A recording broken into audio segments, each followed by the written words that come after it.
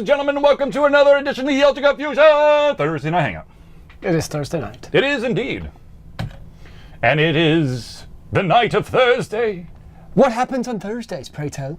We have a live talk show where we discuss the topics that you, the audience, have given to us and have decided are important enough to talk about. Anything the audience wants us to talk about is important to me. Indeed. However, Well, there is some caveats. I mean, Yes. It's not a wide open. It's got to be within our realm. I mean, we're not going to talk about It has to be the PG-16. socioeconomic impact of the Mayans in the year. I don't even know when the Mayans were But around. that could have affected, if you look at the course of the Mayan currency, that could affect how we got to today of the freemium model of gaming. Sure. Yeah. I'm just saying, there could be a connection there. You connect the dots, you might get there eventually. Right. That's a shit ton of dots to connect to. I'm just saying, I might create a line, or a path, or a hexagon, who knows? I was thinking of what's the what's that thing that doesn't? It's not 3D. It looks 3D, A but Rubik's Cube? no. It's like a loop. Oh, yes. What the hell is that thing called? It looks like an infinity loop. It looks like I want to say nebulous, but that's not right. I know exactly what you're talking about. Damn it! Whatever, that plane Yeah. thing.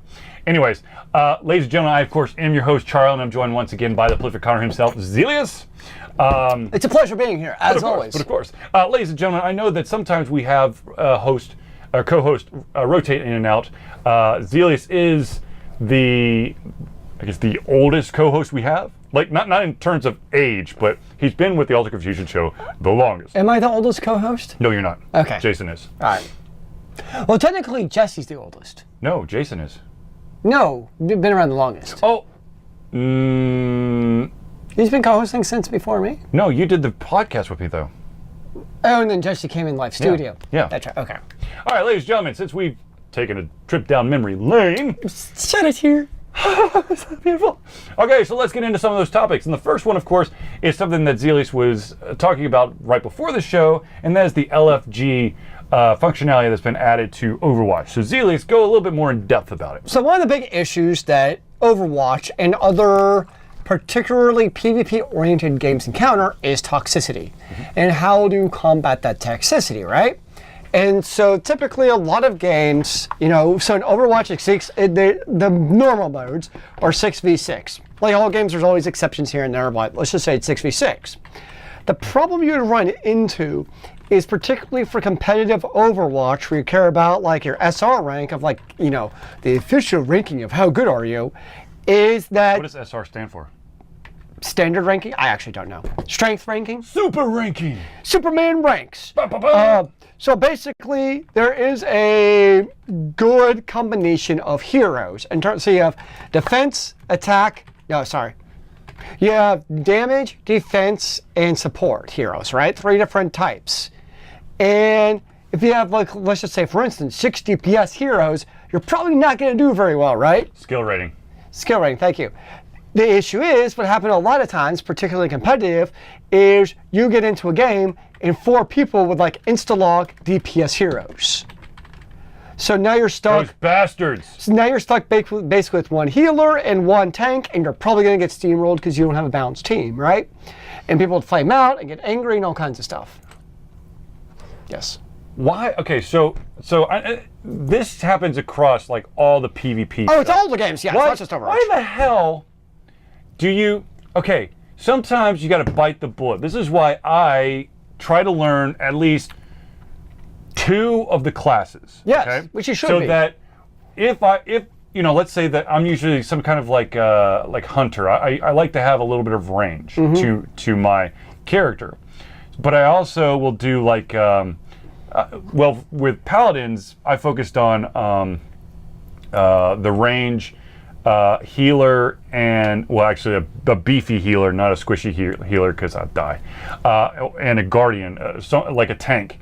I can't do the damage ones. Yeah, I gotcha. But so I mean, when you go into a game, you got to understand you're not always going to be able to play that specific class or that specific character Well, it's even worse than that. At least in Overwatch, the two characters who people insta-lock as is... Reinhardt. No, nobody insta-locks Reinhardt. Mercy. Well, Mercy, I'm okay with the insta-lock Mercy, actually. Because you heal. That's useful. Is Widow, the sniper, or Hanzo, the other kind of distance sniper. Those are the two people always do it. It's like, really? Because now you've already taken... And now you have only ranged DPS. You don't have anybody up close and personal. But Who wants to be up close and personal? But the issue is it created a lot of contention in the ranks. You know, you join a game, and as soon as that happens, like, you're already pissed off before the game even starts. So, and the other issue, too, was also communication. People are notoriously bad about actually communicating each other if you don't actually form a group. So what's ended up happening is they created about 3 or 4 weeks ago, and looking for a group thing within Overwatch, where basically a magic little yellow button where you can find a group that somebody else has created. And within that, you have a description, and you can also see the roles that the people that the creator of the group has allowed. So, for instance, a lot of times in Overwatch, you have the 2-2-2, where you got 2 tanks, 2 support, and 2 damage. And I can see that when I'm looking for that group. I can see that I know this group will have 2 healers, 2 tanks, and 2 damage, and that's a good start. And the other thing, too, you can do, like, so you kind of join it, you can kind of have, like, a little lobby there, and you're like, hey, do you have a mic? Hey, do you have a mic? And you can be like, no, I don't have a mic, but I'll listen to what you say because I can hear you. Because that's the big issue, too, is you join... New mic, who dis? Good Lord. I'm sorry, I had to.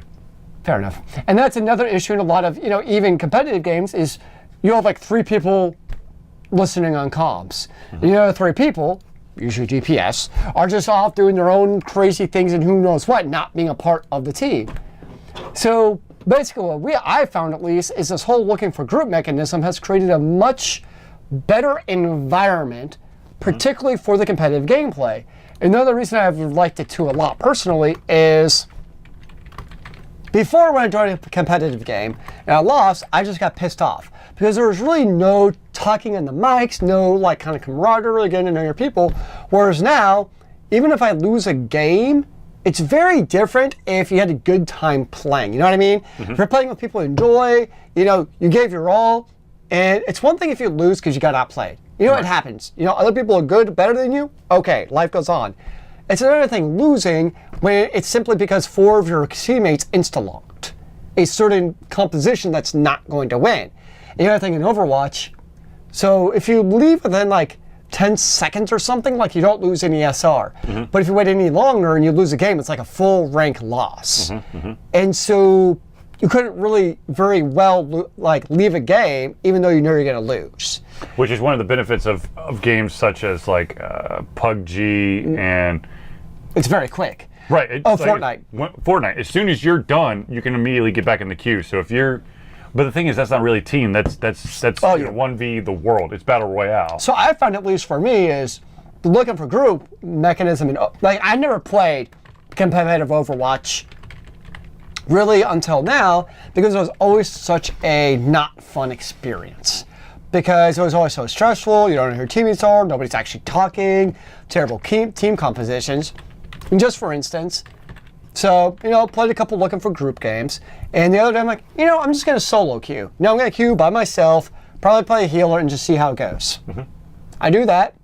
Within the first 3 minutes, after that first little second interval passes where people can leave without penalty, a person in our group left. Great. 2 people on the other team left, and then 2 more on our team left. And it's like, really? So you had, what, 2v3? Basically, and it was just stupid. And like, really, since looking for a group, that's the only time I queued as solo queue, because that's what ended up happening a lot too. Like, there's also kind of that social pressure, right?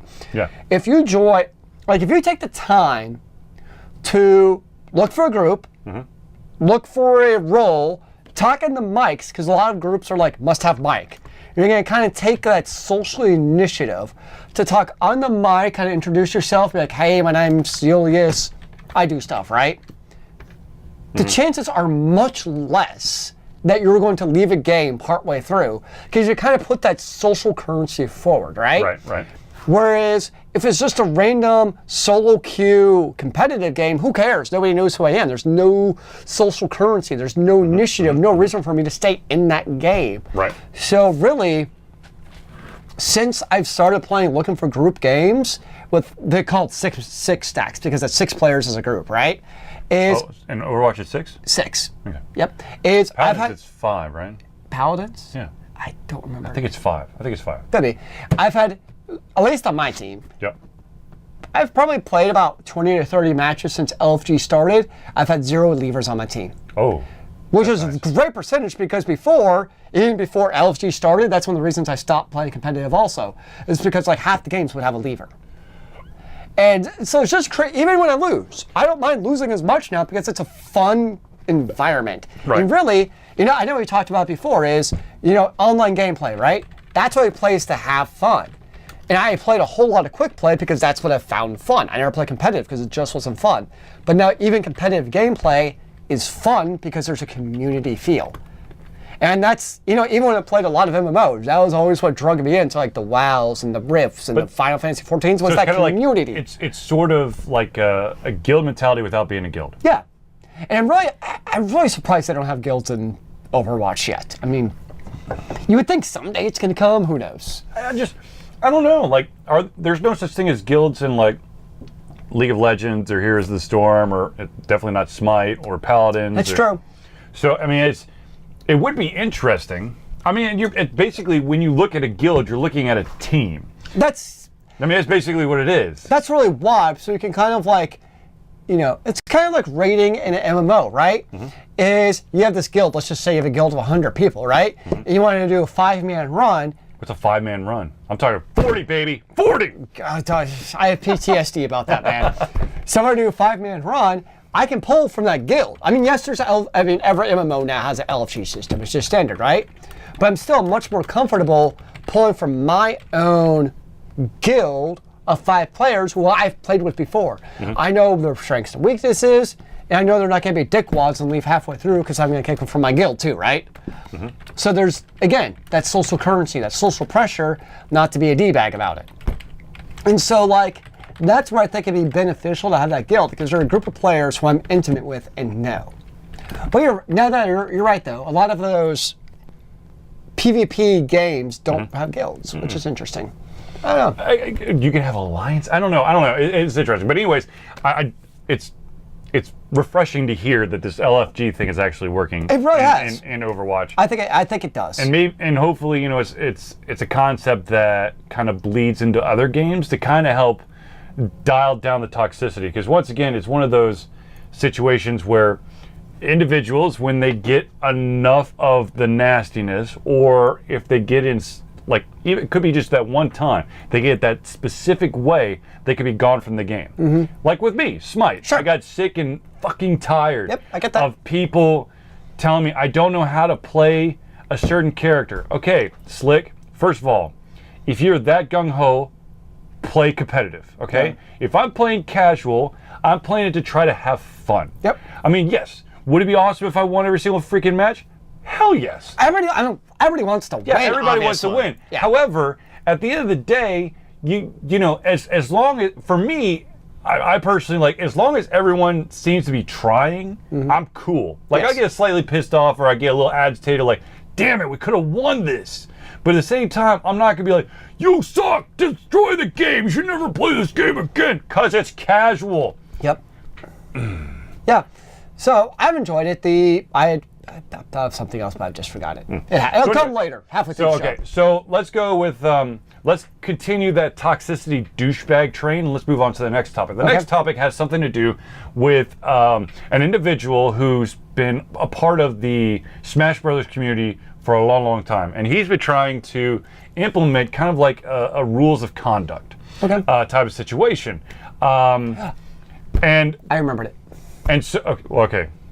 Sorry, one other very important thing about the toxicity thing with Overwatch is you've also implemented an endorsement system. Mm-hmm. So basically you can endorse people for being like a good sport, a shot caller, or something else. Mm-hmm. Basically the analogous of being a good sport. Like there's basically 2 good sports. Okay. And the idea was, again, to combat toxicity, because now you have a social currency initiative to be a good sport and, you know, be nice. To basically don't be a dick is what it comes down to. Because now people can endorse you is what it is. So again, short term it's working, I think, where people are nicer. Long term, who knows if people are going to care in the long term. So it's just another thing Blizzard's trying to do in Overwatch is the whole endorsement system. Right. So, okay. So, once again, don't be a dick. And now let's move it back to the Smash Brothers thing. So, Smash Brothers, of course, has got a huge competitive aspect to it. There's tournaments. Now, Super Smash Brothers, it's all 1v1, correct? No, it's... Is it or no? It's 1v1v1. It's 4. Even at the tournaments? I'm pretty sure it's 4. Okay. I think it's just I never actually played. I think it's like 4 guys battle royaling, I think. But anyways, so of course, any competitive game has to deal with the level of toxicity. An individual who's been part of the community for a long, long time, who's been hosting tournaments and all that stuff, basically wanted to introduce a code of conduct. Okay. Which of course has immediately been ridiculed and shot down because first of all, people think he's a snowflake. Also, when I read over the rules, he's a little bit heavy-handed in what happens as soon as it implements. Basically, he's trying to take the toxicity, the harassment, the racism. Basically, if you're being an absolute dick, you're being a bigot, a racist, a sexist, foul-mouthed asshole. If those rules were to be implemented, he wanted those people who had that in the past to be immediately... so it'd be retroactive. Which that's a no-go. Look, when you put in a set of rules, when it's going to cause such a ripple, you give everybody, I know this sucks, okay? But you have to give everyone a clean slate. Well, it's kind of like, so recently, I don't even remember what sport he was playing. No, okay, it's a Major League Baseball player, right? And the dude's like 25 or so now. When he was around 17, still in high school, he wrote some Twitter post basically saying like gays are evil or some other stuff. Obviously, nobody approves of him saying that. No. But you also got to look like, dude, the dude was in high school and probably his teammates thought it was absolutely hilarious or like he lost a dare or something. And by all accounts, the guy now, his black teammates are saying like, this is a good guy. Like, he was just being stupid. So it's kind of statute of limitations thing. Right. We're like, yes, we do stupid stuff in the past. Yep. Sometimes you kind of like, okay, let's just kind of look to the future. I mean, this of course, this boils back to once it's on the internet, it will never go away. Well, yeah, because this guy's tweets, they were deleted. Right. Yeah, right. But somebody found them. It's cached somewhere on the internet. There's an ancient website that I created that apparently is cached. Now, the Stormloader? Yeah, the Stormloader is cached somewhere on the internet. But that being said, first of all, unless it's absolutely egregious, and yes, making, oh my gosh. Homophobic, racist. Homophobic, racist things is never a good thing, okay? I do not condone it. I would never support it, okay?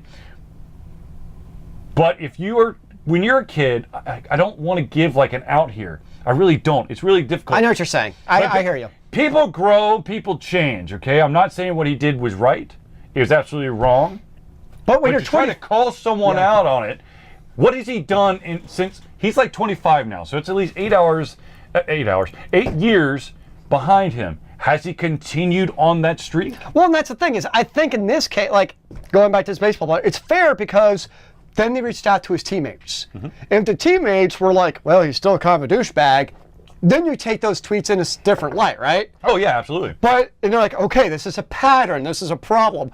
But if his teammates are like, no, he's a stand-up guy, like we put his arms around him, he's a good guy, then you're like, okay, he was just being a stupid teenager. Again, we're not condoning being a stupid teenager. No. But when you get to be 25, you kind of like look back like, okay, let's see what the circumstances were and where is he now? Well, I have to say, and I don't, God, I'm tap dancing on a very, very thin line. In my absolute opinion, when someone says something, when someone posts something on the internet, of course, youth being stupid, I'm not condoning that, but did they do something in the physical realm? Because if they did that, I cannot forgive that. If they made one offhand comment and like 10 years later someone's calling them out on it, I might be a little bit more lenient. Yeah, that's like, did they make that type of let's just say racist tweet, did they make it 20 times in the last 10 years? Or did they actually act upon it and join one of the rallies or something? Yeah, or was it just that one time and since then they've been, it's not just black or white. Right. It's not just, they're a good person or a bad person. There's everybody has that gray, everybody's in between. And, I kind of think about it, I think about things that myself and all my friends, we're growing up in high school and the stupid stuff we said. Oh, God, yeah. And if the shit we said to each other or whatever was tweeted online, whatever, we would look back and be in horror, be like, wow. And it's just a different reality we live in where all this shit's just so right there in your face. And I know I have to be careful with my job, very careful of what I post online. Oh, absolutely. I mean, because that's ooh, wait a second. Now this is my career. To age, I guess date ourselves. We were around before Facebook and Twitter and stuff. Whoa, so, the dark ages. Dun, dun, dun. But seriously, you have to. Unfortunately, at this time and age, you have to think of the immediate and long-term consequences of anything you say on an internet platform. I'm sure there's something that I've said either in a Thursday night hangout or in a post that I've said that's so. Actually, I know that there's been stuff that I've said that people have taken offense to, and I don't apologize for those because, I'm not going to go into it. But if you really want to research it, it's certain views I have on certain situations versus certain views that certain associated, let's just say, members close to my bloodline differ. But it's even think about what we've been saying, right here, we've been talking a little about, kids making, racist, homophobic slurs. Yep. Let's look at the facts, look at the reality. I'm sure somewhere along the line, I probably put it in such a way that makes it sound like... It could be construed. Yeah, it could be misconstrued as me saying it's perfectly okay to be 18-year-old making homophobic remarks because I probably said some phrase without the context of that doesn't make it okay, but we have to, you know what I mean? And that's, and I kind of think about it sometimes with the podcast. I'm sure we both said things where it's looking back. But, ladies and gentlemen, I just want to point this out here. Do not fall. It's not! Oh, shit! Do not fall for knee-jerk reactions, okay? Do your research. If myself or Zealeus makes an opinion or a statement, don't immediately go, oh my God, what the hell's wrong with these people? If we're trying to resource, or we're trying to basically cite something, you might actually want to look into what we're citing before you make a judgment, which doesn't happen in the. Oh Lord, I just jumped down that rabbit hole. It does not happen a lot in today's society, where the first person with the information is the right person, even if the information they give is incorrect. And remember, Charlie is always wrong, so just keep that as your initial premise and go from there. Seriously? Sorry, I had to go there. You son of a bitch. I know! All right, so let's move on to something a little bit lighter, maybe? I don't know, man. That was some good stuff we had going right there. So let's talk about... Oh, no. Yep. Oh, yeah. Let's talk about that wonderful topic called Star Citizen. So recently, yes, there is... I don't remember the full details of the names, but there was a guy... And he backed Star Citizen for over $5,000. I mean, a good chunk of money, right?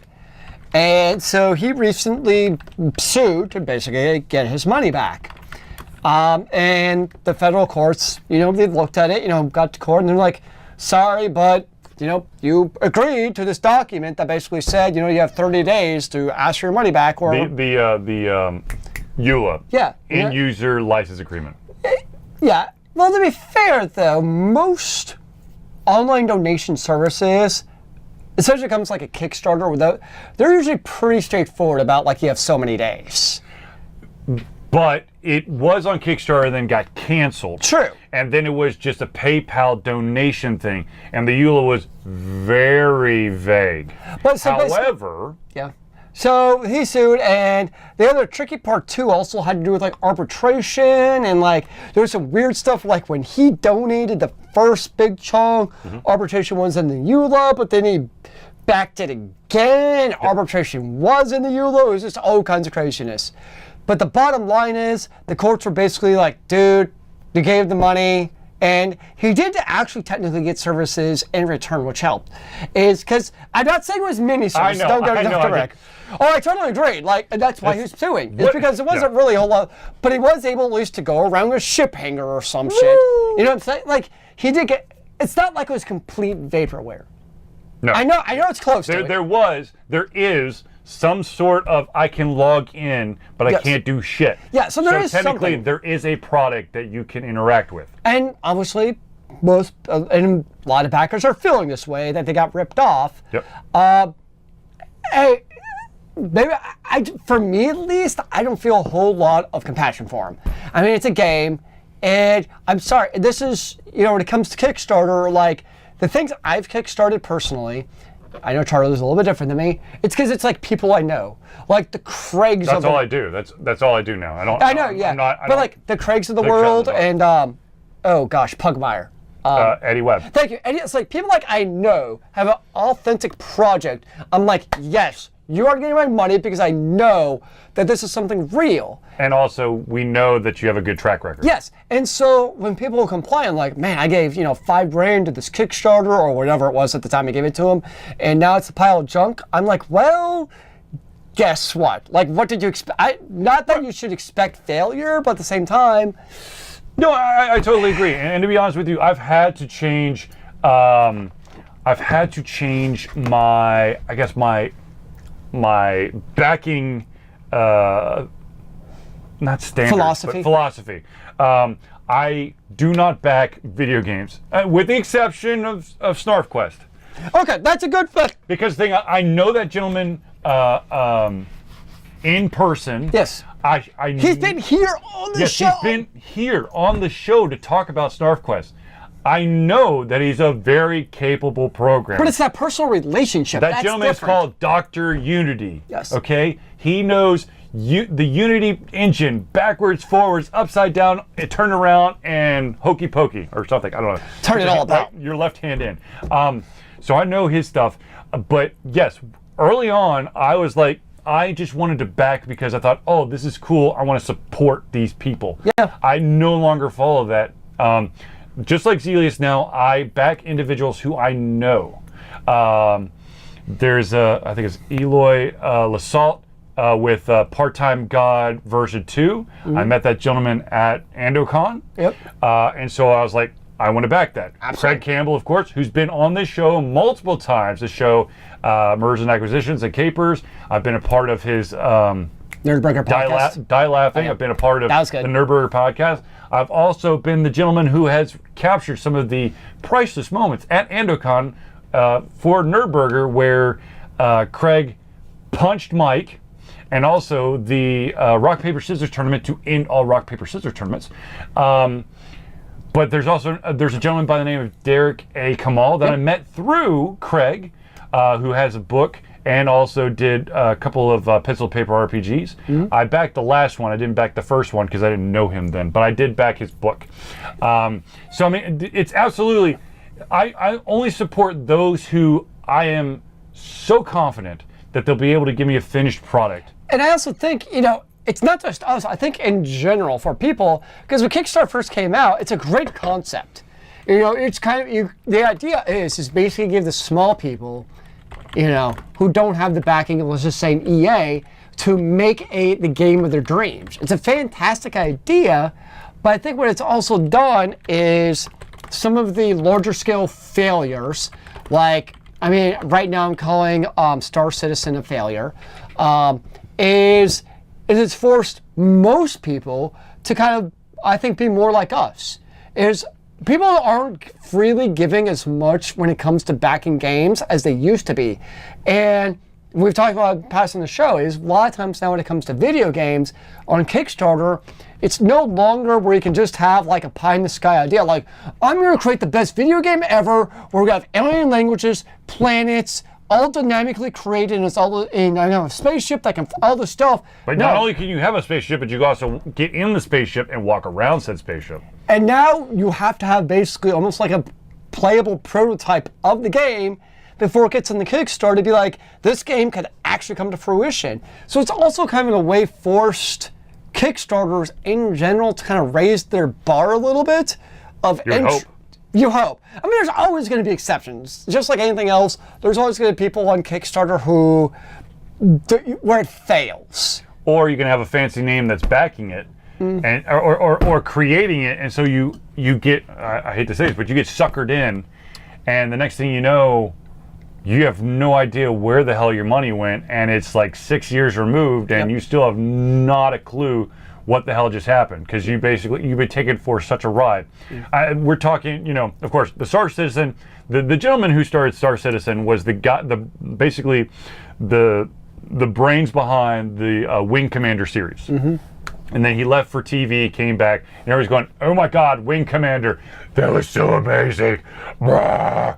You're going to make something that's even cooler than Wing Commander. It's going to be like Wing Commander, but its own entire galaxy, which is going to have a shit ton of planets and alien languages, and I can go inside the ship and outside the ship, and we can do squadron fights. What can I not do? Oh my God! But what should have been a red flag, but no one saw it coming, was the fact that they're about, I don't know, it's like halfway or just halfway through their Kickstarter, because Kickstarter has a very finite amount of time where you're supposed to raise funds. They canceled it, and then basically started a donation page on their website where people could donate at any time through the entire thing. Indefinitely. And then of course they then up the ante. And this is, I feel bad for the gentleman in some respect, because I think that he should get some of his money back due to the original EULA. His original pledge should have been refunded. However, when you do additional stuff to an ongoing project, make sure that the terms of service or your EULA or whatever has not changed. Legally, you have to give a date of revision in the thing. Okay. I'm trying to see how much it's actually at now. Oh, gee, it's like, was it 53 million at some point, right? No, it's over 6 figures now. No, I know. But at some point, when I last checked, it was like 53 million. Yeah, it's which was astronomical for me, but because I put $125 in it. Oh, good Lord. Their website's really changed since last I saw it. Oh, they do that to confuse the people. Yeah, obviously. But the thing is, look, if you... Wait, you can play now the Alpha 3.2. Fantastic. Alpha. No. The thing is, if you were suckered in to buy actual, spaceships that go in the game for, thousands of dollars, you deserve to get kicked in the nuts. Virtually. Or maybe physically. I don't know. But if you did an original pledge, I believe, since you don't have a finished product, and it's way outside of the original promised delivery date, that you should get that money back. Which isn't a lot for a lot of people. It's probably under $500.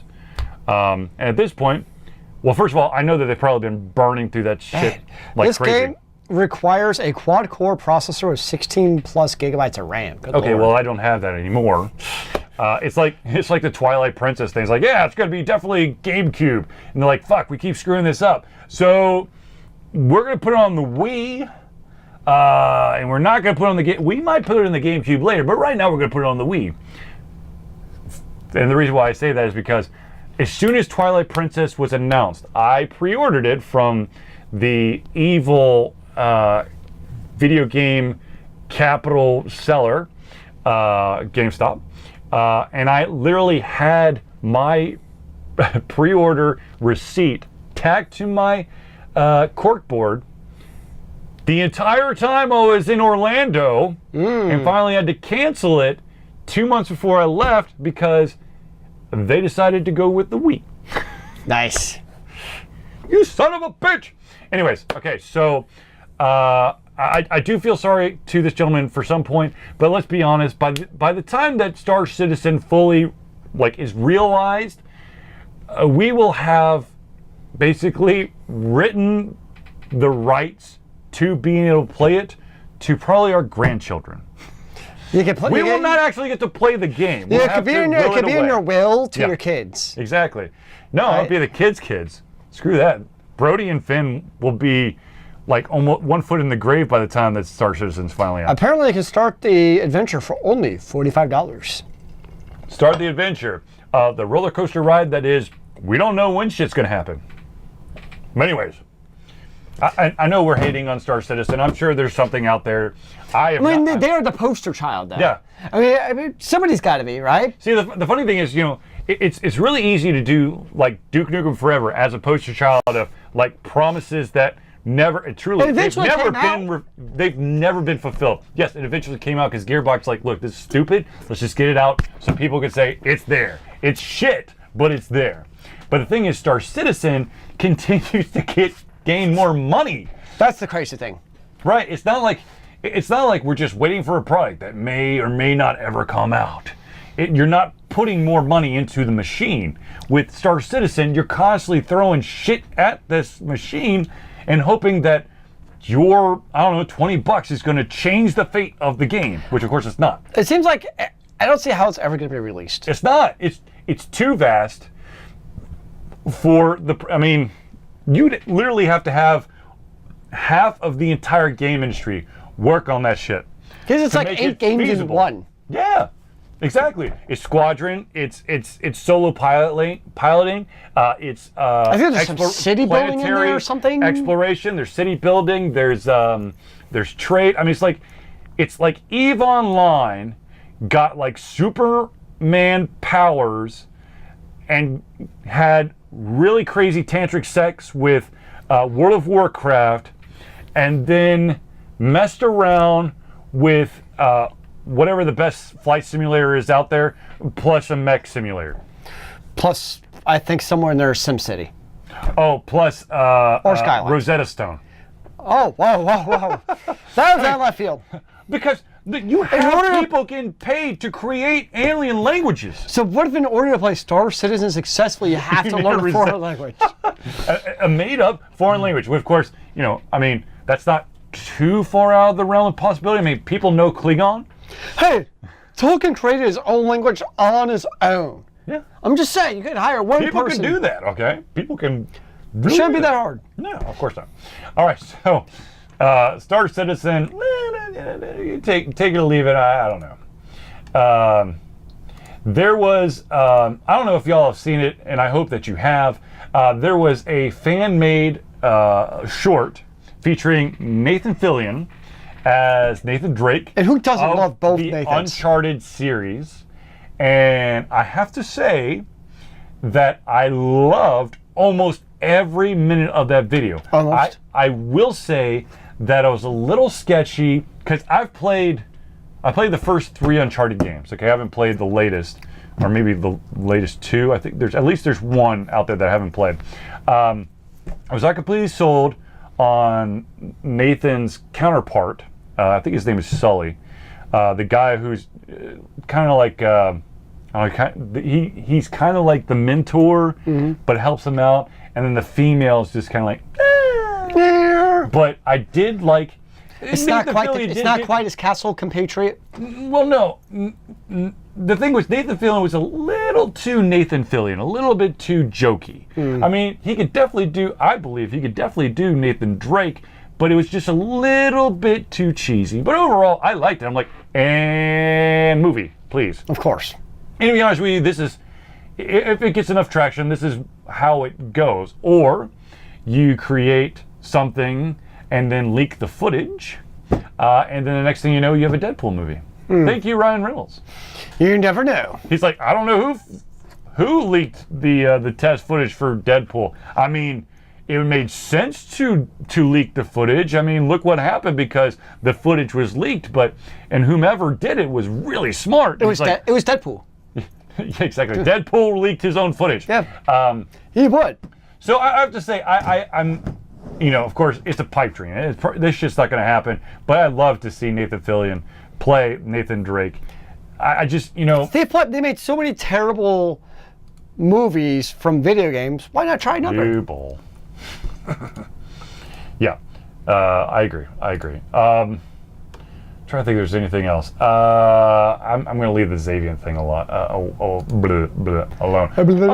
let's talk about, okay, YouTubers.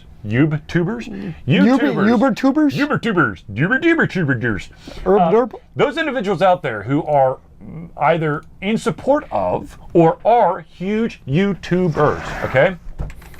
Let me let me be very straight and forward with you. Do not do your own fucking convention.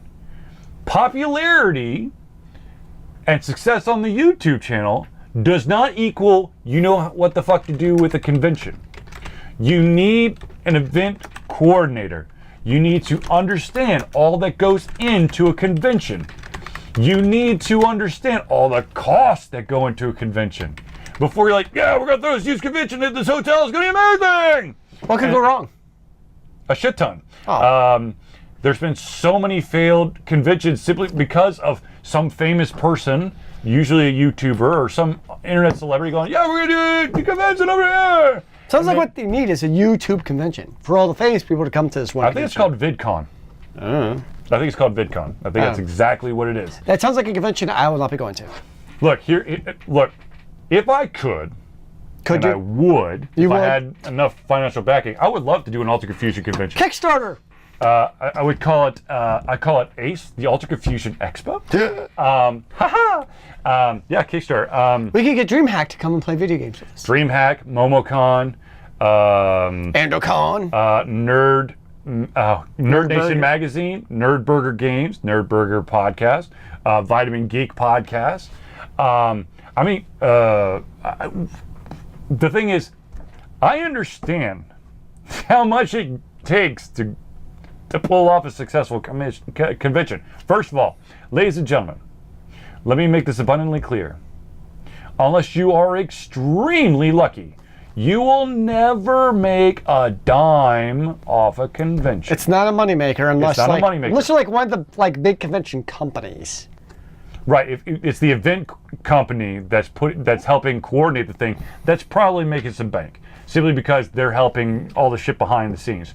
But if you are going solo, if you're approaching it as an indie creator convention, you're not making money. You're not making any money. You're probably losing money, and hopefully it's not to the extent where you're not going to be able to put on another convention, which unfortunately is why Big Phantom Greenville is gone. It's it's not cheap. I mean, you got a lot of costs, and there's always going to then be the unexpected cost. Well, the other thing is you have to take into consideration what is going to be at the convention that's going to make people want to go there. Well, you want celebrities, and you have to pay out the behoote for some of those celebrities. And of course, not only do you have to pay for the celebrity to appear there, you gotta bare minimum have them picked up from the airport, have them taken to wherever they're staying, a nice lodging, and pay for all of their meals and probably their handlers' room and meals. Wait, did you get that as a celebrity at Big Phantom Greenville? No, I just signed Mountain Dew cans. No, that was Con Carolina. Sorry, whichever one. So you didn't get the full VIP tour treatment? Even if a convention were to offer it to me, I probably wouldn't want that. Well, yeah, of course, if they want to pay for my room and board, yeah, but I'm not going to make them pay for my fucking meals. Per diem, man, that's where it's at. Fuck that shit. First of all, if you know me well, I don't always eat every single meal, so I would feel like a dick if they're paying me like a stipend to eat lunch, which I don't eat. You realize most people just take their per diem as a profit, right? No, I don't take it as. See, here's the thing. I don't want to. I will profit off of a convention if they pay me to appear there, but that's about it. I mean, I would feel weird, like just taking a shit ton of money for being an absolute douchebag. So, anybody out there, if Charlie doesn't take your money, I'll be happy to take it. I have no moral qualms about this. If I don't directly take the money, just donate it to Alter Confusion. Or give it to me. No, don't give it to Zealeus. You don't know where that money goes. I know where my money goes. I know, it's for your cat. Yes! It's a higher cause. We cannot support that. Why did you want her to starve to death? No, you can afford it yourself. You're a terrible sir. person. You can afford it yourself. Jeez. Anyways, YouTubers, stop trying to put on conventions. It's really fucking hard, and it's really fucking annoying when you get individuals. I think the thing that pisses me off the most is the fans who blindly believe that because you're a success on an internet platform, you're gonna have this awesome, amazing, one-of-a-kind experience for the convention, and then you basically like kick them in the nuts so hard that they're the end destination is outside the Milky Way. Wow. That's a very sad. I'm very sad now. You should be. It'd be like everyone's telling you you're getting a top of the line Porsche or Corvette. Ooh. Okay? And when you open up your birthday present, it's a Red Ryder wagon. That's not the same thing. Exactly. That's very sad. Yeah. Expectations and reality are two totally different things. You just gotta make your expectations your reality. But when you look at someone who's super duper popular, who's got a huge fan base. Like me. Sure. Yeah, like Zealeus. Reality is going to be really fucking rough on you when it comes to something that they're not proficient at, and that's putting on conventions. They can be morons and set people on fire on YouTube, and everyone loves it. But putting on a convention is a whole different ballgame. Could you set people on fire like in real life then at the convention? Emulate your podcast? Yeah, but the amount of like disclosure agreements and insurance clauses, yeah, you don't want to do that. That sounds like work. Yeah, exactly. So please stop. Stop, YouTubers. Stop. Or actually, like Charlie said, get an event coordinator to help you plan it. I know one. She's not cheap, but you give her the right amount of money. So it can happen. I can hook you up with an event coordinator who, for the right price, can make an amazing convention. Well, there you go. But you have to reach out to me. Charlie knows people. He knows people? I know people. People know me. Yeah, okay. Okay. It's the people game. God, I feel like this like talk has gotten really fucking depressing. Like we keep hitting on like depressing Why do you think topics. I keep on drinking? Okay, so first of all, ladies and gentlemen, you may have noticed that our number of conventions has dwindled a pretty good amount. One, of course, is we no longer go to Canuga. There's a couple of reasons for that. One, the choo-choo. I think I kind of screwed us over with that one. Well, and I have a logistical issue too. It's the same weekend as the state robotics tournament. Okay, yeah, you got that. So last year I couldn't have gone if I wanted to. But also, I mean, and a little bit of like, I guess, sadder news. One of the reasons why we went to Canuga is we'd always stop to have lunch with my grandfather. My grandfather's down in a retirement home in Nashville, so we can no longer do that. Wait, so you went from Chattanooga to Nashville? Mm-hmm, to be closer to his daughters. But anyways, so sorry to hear that. I reached out. I did some like little bit of prodding to get the temperature of Canuga, and we're not going back to Canuga. Okay. Of course, we do MomoCon. We don't do Con Carolina because MomoCon is the weekend before Con Carolina. You did that. You and Jesse did that 2 years ago. We did it once, never again. Yeah. Holy crap. I mean, as a result of doing that was 3 years ago, actually. We learned about Big Fan of Greenville, and we went that. Big Fan of Greenville is now defunct. That's not going to happen. And it's not official. Oh. It's not official. Oh. But I do have some saddening news. Oh, saddening news. Yes. Chances are that one of the other conventions that we hype a lot will not be returning in 2019. Can I guess what it is? Go for it. AndoCon. That's correct. Oh. So we're down to basically MomoCon. Which is a good convention. It's an amazing convention. One nice thing too is it's local. Yes, absolutely. But it also, there is kind of a feeling where like, you're there, it's like people local to Atlanta. I know there's people who are not local to Atlanta go, don't get me wrong. But there is kind of something about that home community feel to it. There's absolutely a home community feel. I mean, there's people that come in from all over the place. Absolutely. Because of the talent that shows up. You should go to Pinnacon. Where is Pinnacon? I don't know Pinnacon. Is it like 5 conventions or something? It's the 5th convention. Ooh. No, I was invited to Mysticon, but Dallas. Dallas is a nice city. It is a nice city. My brother used to live there. We could have gone for free. Have I ever been to Dallas? No, I think I've only been to Houston and Austin. I've been to Dallas because my brother lived there. So, I mean, Well, he lived in Pentatonics. Oh gosh. Yeah. I don't think we can afford pentatonics. That would be awesome. No, so I mean, here's the logistics behind what conventions we can and we cannot do. One of the biggest things is finances. Altered Confusion literally runs on donations from y'all as well as out of my own personal pocket. We've been running for 11 years. So Mr. Moneybags over here. I don't have money bags. Oh shit.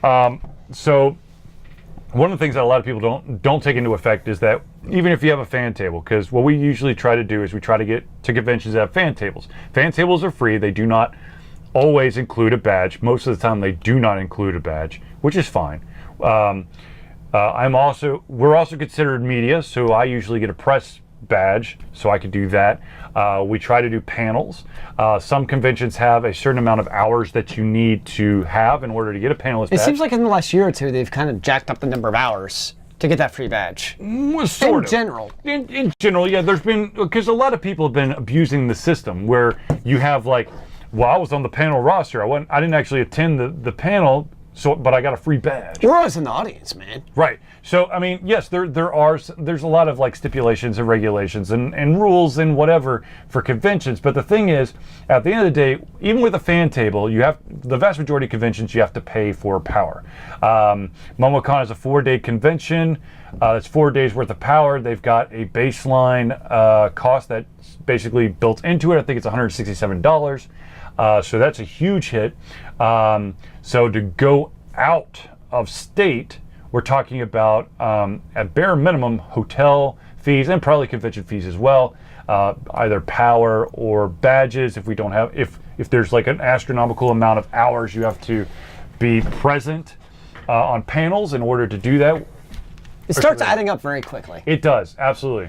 One thing, and I know that I'm probably in the minority on this, is that Altered Confusion, the funds raised by Altered Confusion, for me, goes towards the hotel and the convention. The food and the travel, if it's by car, I'm not going to pull from the Altered Confusion budget. What if it was by plane? If it's by plane, then Altered Confusion budget has to be part of the equation, because there's no way in hell that I can eat that type of stuff. Now, Mysticon is in Virginia. That's out of the question. There's no way we could get up to Virginia. Canuga, of course, is in Chattanooga, but we're probably not going to do that again. The Atlanta Comic-Con just happened, but that's in Atlanta. I'll have to do some more research about that. Of course, MomoCon, we're basically there until we don't want to be there. DreamHack, I thought that I was going to be going back there, but apparently, I don't know what's going on with that. Because I think DreamHack is this month, but I haven't heard a dang thing. So I'll probably have to reach out to them next year, try to set something up. There's a AndoCon is probably defunct now. There's a JekyllCon, which is kind of like Comic-Con in Jekyll Island, but that's more of a kind of like November 16th through the 18th. Oh, well, there's still time. November 16th through the 18th. That's really Was that late last year? Well, whatever. Anyways, the thing is, if we get the support of the community, we can look into having more conventions we could go to. Unfortunately, because we're running out of my wallet the vast majority of the time, that kind of constricts our ability or restricts our ability to go to very far away places. That's the sad reality of it all. So yeah, conventions. YouTubers, stop. Damn, I had a great topic that someone asked me about, and now I can't remember the damn thing. Well, while you're thinking about the topic, who are we, Charlie? We, of course, are Altered Confusion. We're an independent video game news and review website based in Atlanta, Georgia. Atlanta. We review independently created games. We also interview independent creators, be them artists, authors, analog game creators, basically pencil, paper, RPG, board games, card games, and then also digital games, your video games, be it on the Android, iOS, PC, Switch, Xbox One, GameCube, Game Boy. if you're still making it for that. There is a there's The actually Atari.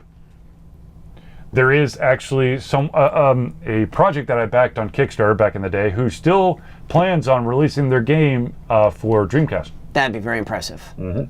Uh-oh, she's back. What up, Nudge? Lock up your kids. Hey now.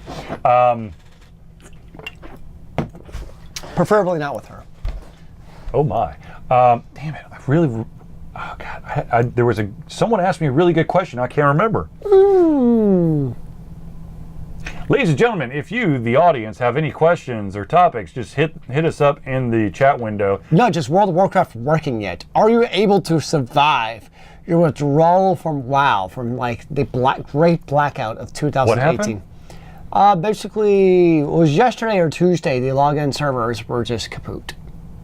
Does that mean that all of BattleNet was kaput, or is it just Blizzard or World of Warcraft was hardest hit. Like, you couldn't do anything. But like Overwatch had issues. I know some of the other games had login authentication issues also. But basically, there's a big patch coming out for WoW, and WoW shit a brick. Oh, so no! Wait. So, from my understanding, Battle.net has basically gone to almost an online always type of situation. Right. So we talking about the entire library kind of was like hit or miss? So World of Warcraft was just down. Right. And outside of that, stuff was hit or miss. Yes. Here's the Storm? Probably. I don't know for sure. I know Overwatch was definitely hit or miss. Here's the Storm is Blizzard, right? Yep. Okay. HOTS. Well, it's because it has all like their Blizzard characters. Oh! 58,000? I had that as a warlock like 18 years ago. Everyone got their nub? I'm very confused. Numbers crunched to shit. So they basically normalized all of the numbers that from like million. So basically they did a reset. So like instead of having like plus 8,000 strength, it's now like plus 56 strength. Okay. Oh, that's graphic. That looks like someone just kicked a panda in the nuts by surprise. But in normalizing the data, it makes it a little bit more reasonable, especially going forward. So like the next patch, instead of having like, you know, plus 10 million strength, it's not so ludicrous. What, you're talking about you get to throw away your spreadsheets? My spreadsheets never have it. I know, it's not the same. Hey man, I remember when having like plus 8 intelligence was a huge deal, okay? That's back in the D&D days. That was big time. Uh-oh. Oh, it no longer works? Now that's not cool. That's a little bit, how does your artifact weapon not work? I'm very confused. Please elaborate on the woes of your life. Ladies and gentlemen, just in case you're listening to the audio version of this, Nudge has just informed us that her artifact weapon no longer works in World of Warcraft. You can't use my shear? Shear? Is that like a special ability within the... Is it like what you cut like your bushes with? You use like a shear, like snip. Oh, for the love of God. Ladies and gentlemen, while we're having this... I don't even know what that means. Anyways, ladies and gentlemen, while we're having kind of a gaming conversation, I do want to bring up a game that I have been spending a shit ton of time on. That, of course, is Octopath Traveler. It's the new Square Enix game for the Switch. I have now put 12 hours into Octopath Traveler. And there is, I want to say there's like 8 different characters that you get to pick up along the way. Now, the interesting thing, and maybe it's just me, but there are 4 viable characters. The other 4 are just kind of like nice to have. Why are the 4 not? Okay, so I've got a Beastmaster who's basically their range, and they have an axe, okay? But they also can summon beast and also capture beast enemies that I come across, okay? So I've got that person. Then I have a thief. The thief, of course, can steal from individuals. There's a certain percentage depending on who you're talking, or who you're up against, and you can also open up special chests that you find throughout the world. Sounds useful. I also have the academic, who is our attack mage. He can also when you interact with... So one of the interesting things is every single character has a special ability that they can apply to the vast majority of NPCs that have thought bubbles above their head. the Beastmaster can basically provoke an individual into fighting one of her beasts, and if you win, of course, you can gain access to something. Usually, I only provoke individuals if they're standing in front of a door to a house, so I can get into said house. Because once you've defeated them, they move over to the side, and there's usually like a treasure chest or something inside.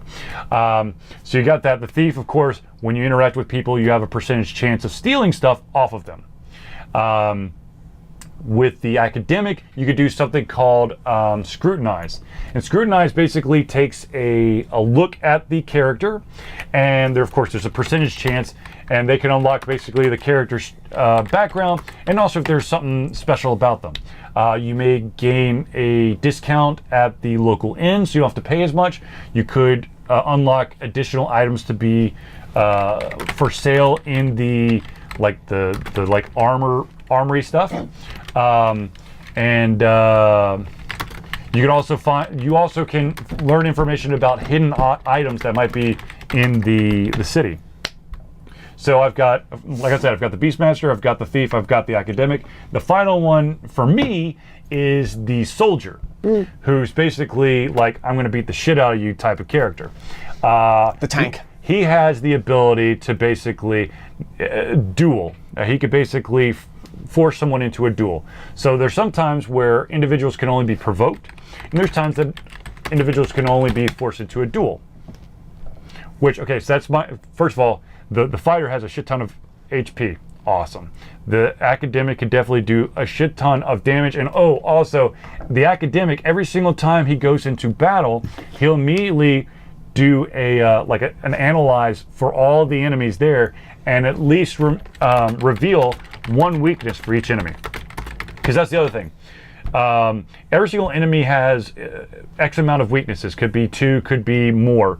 And those weaknesses are needed to basically do like a defense break. And once you do on a defense break, those individuals are basically stunned for an entire turn. And that, of course, is how you beat the shit out of them. But so the characters that I could really, is the Cleric. Yeah, it's cool, but her other ability is follow me. I will take you somewhere. I'm like, no. But healing people is the best.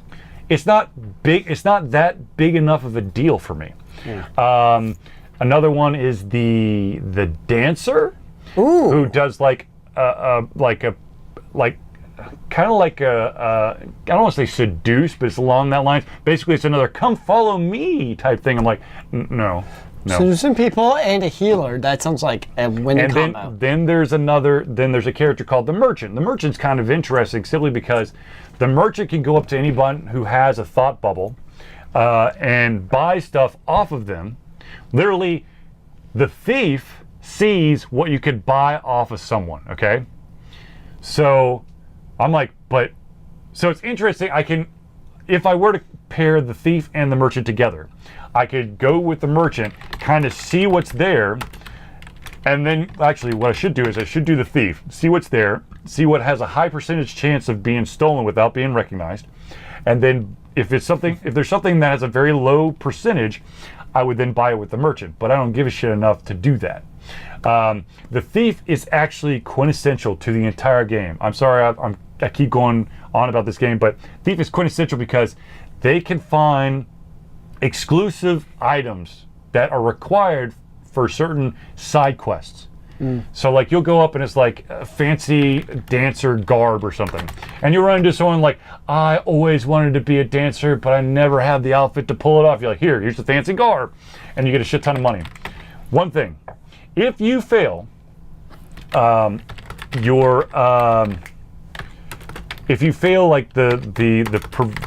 provoke or the duel or the scrutinize, or you get caught stealing, you get dinged. And if you get 5 dings in a city, then no one will interact with you until you go to the bar and basically reset your reputation. And depending on the city, that could be as little as 500 credit or whatever the hell the currency is, or it could be 5,000 depending on the city. That's a shit ton. Currently, I have because I sold a shit ton of stuff that I stole. I think I'm up to 27,000, but still, that's it. Especially if you're trying to talk to someone who has a very low chance of being of success. You could go through money really quick if you are bound and determined to unlock the secrets that person's holding. But it's a great game. I enjoy it. There are different chapters to the game. You can look at the world map and you can see this is where the second chapter for this character is, and also it gives you, and this is the best part, it gives you a suggested level to be at before you interact there. Also, when you're walking across the map and the outline, basically between the cities, when you go into an area, it'll tell you what the threat level is. If the threat level should be around your actual character level. If it's humongous, you know I'm not supposed to go that way. It's kind of like World of Warcraft. If you're trying to sneak through the areas that are way too fucking high a level, you know you're doing it, but you shouldn't do it. Naughty, naughty. Unless you're just crazy.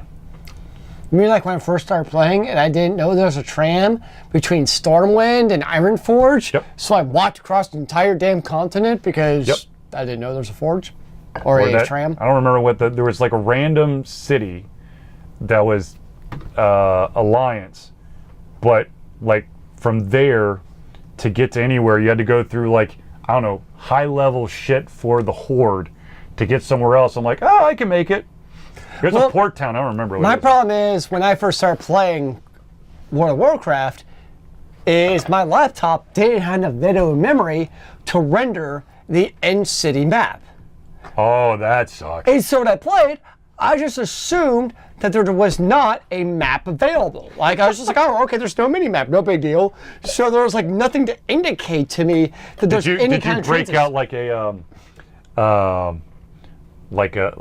legal pad and start like sketching out the map? Well, Ironforge is really easy to get around. Yep. But the reason I never played Horde is because their cities are so god-awful to get around if you didn't have a mini-map, where I gave up.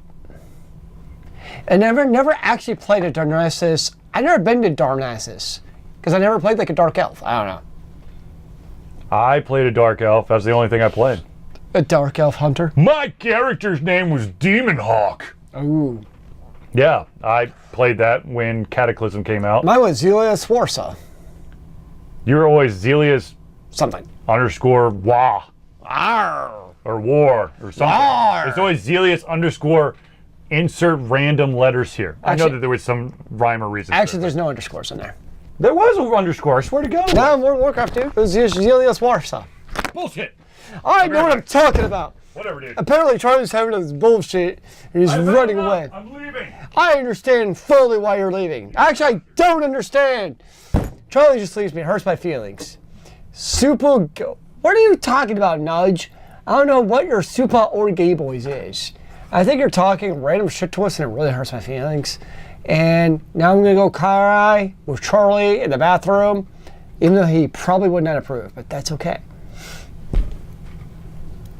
What else has been going on in the gaming news? I don't even know. So what else have we posted online that is going on? No, that's not the right link. No, what are you talking about? I don't think you know what you're actually talking about. I think you're just rambling now. And I don't know why. So here's my real problem, is I can't read the Discord page that far away from where the monitor is set up. So I don't actually know what Charlie posted or anybody posted. I figured it out. All right, what did you figure out? Okay, the question that was asked of me was, so it's usually reviewers do not review a beta of a game unless asked to, because it's a beta game, right? But early access games are technically beta games, but there are certain early access games that you have to pay to play. Yes. So the question is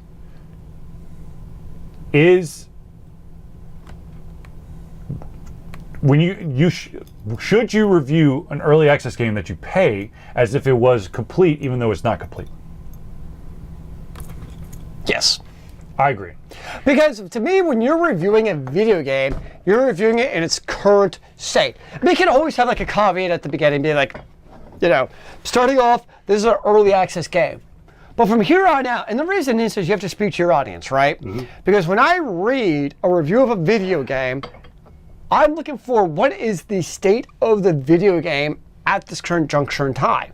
I don't want to see it with all rose petals and happiness if it's not that. I want to know what its state is.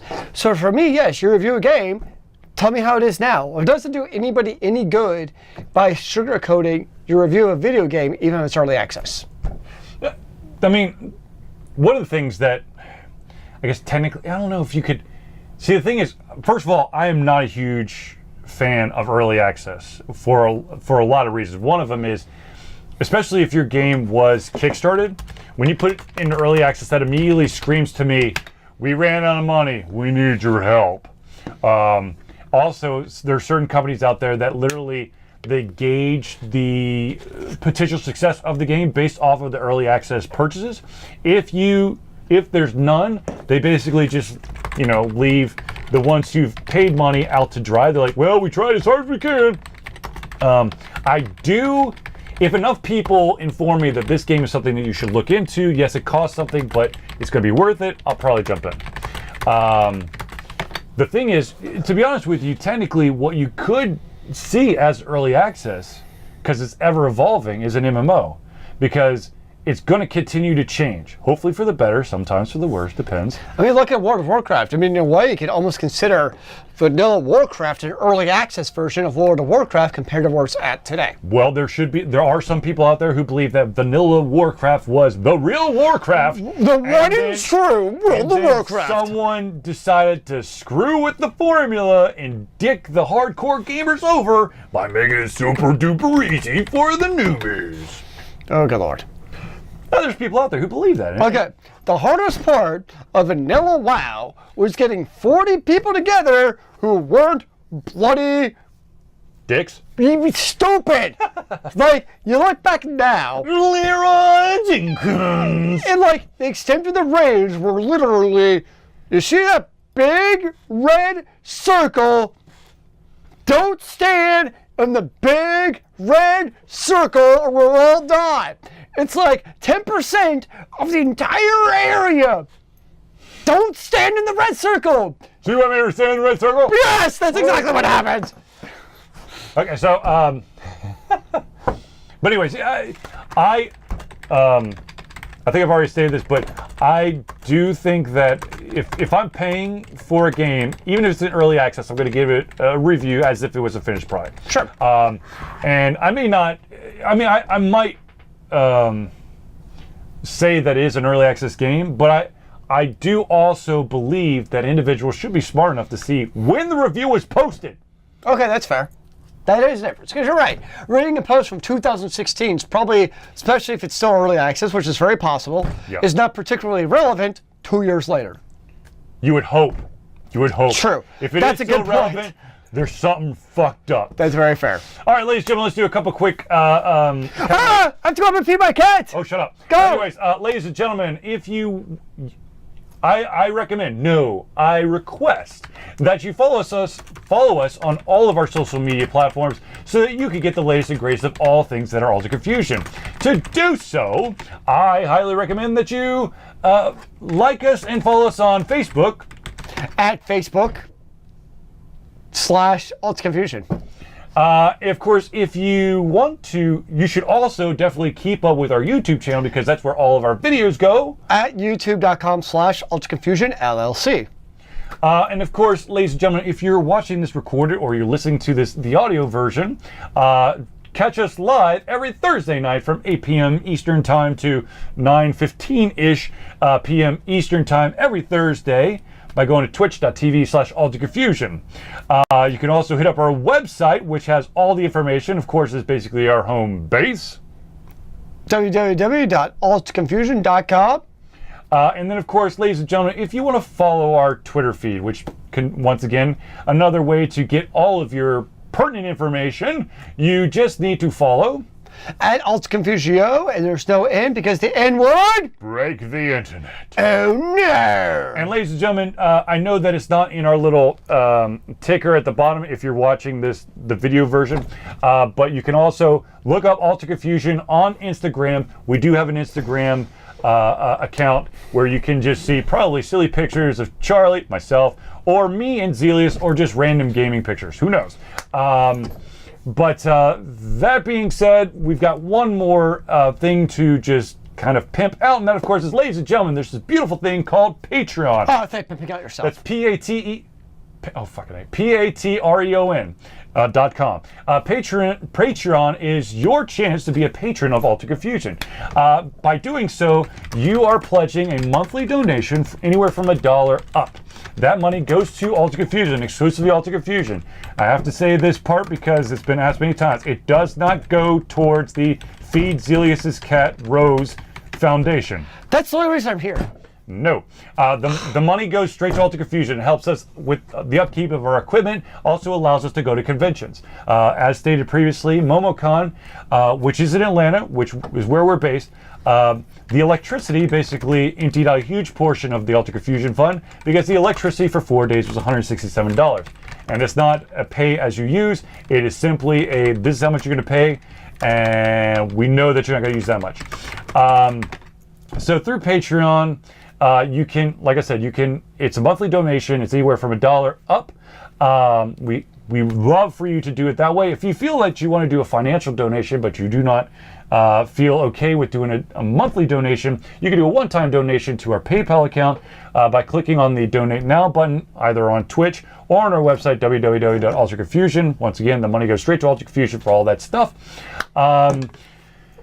Also, ladies and gentlemen, there's this beautiful thing that Altered Confusion completely 100% supports and participates in every single year. Ladies and gentlemen, that is Extra Life. Extra Life! Extra Life is basically through the Children's Health Miracle Network. Children's Miracle Health Network. Yes. It's 24 hours of gaming where we raise money for our local participant or partner that's basically part of it. For Altered Confusion, it's always going to be Children's Healthcare of Atlanta. I spend a shit ton of time there. Apparently, I have no say in it. My kids have, my siblings have, so I want to give back as much as I can to them. Now, the big day is November the 4th, I believe. And unfortunately, after consulting some figures, I will not actually be able to do it on the normal day. I will have to choose a different day. It is the 3rd of November. I will have to do another weekend. The reason why is that on the 4th of November, I will be the I will be the minister in a wedding So on the 4th. saying is you're not.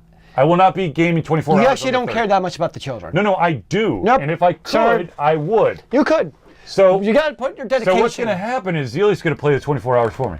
No, I'm just kidding. You got to put your dedication to the No. cause. I will do it probably the week prior. All right. I'll do it the week prior. But ladies and gentlemen, please, if you Am I have, getting married and I don't know about it? No. Okay. Ladies and gentlemen, if you have any money, it doesn't matter what, if you have any money that you can donate towards the Children's Healthcare Atlanta through our Extra Life, it's extra-life.org. You can just basically look us up, Altered Confusion. I've got an entire team. If you want to join the team, please, you're more than welcome to join the team. You can donate either by going to extra-life.org, or you can go to the www.AlteredConfusion webpage. There is the sidebar is now active for the donations. You can just click on the donate button. It'll take you back there.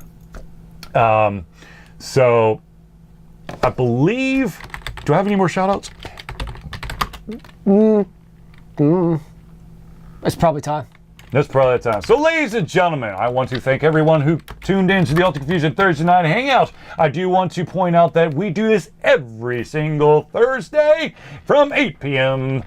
until 9:15-ish p.m. Which is, of course, Standard Eastern time, which, of Yep, course, Eastern starts time. at 7 o'clock Central time. And 5 o'clock Pacific time. Yes. But that being said, ladies and gentlemen, I'd like to thank everyone for tuning into the Alter Confusion Thursday Night Hangout. For myself, Charlie, and Zealeus, it's been a pleasure giving you everything on our heads, our mouths, and of course, our hearts. Will be back next Thursday for another Alter Confusion Thursday Night Hangout. Thursday Night Hangout. But also remember that we do stream, or I stream, on Sundays and Tuesdays, and if I can guilt Zealeus into it enough, sometimes he'll fill in when I'm not available. So, ladies and gentlemen, thank you for tuning in, and we'll see you soon. Remember, kids, keep on gaming in the free world. Amen to that, brother.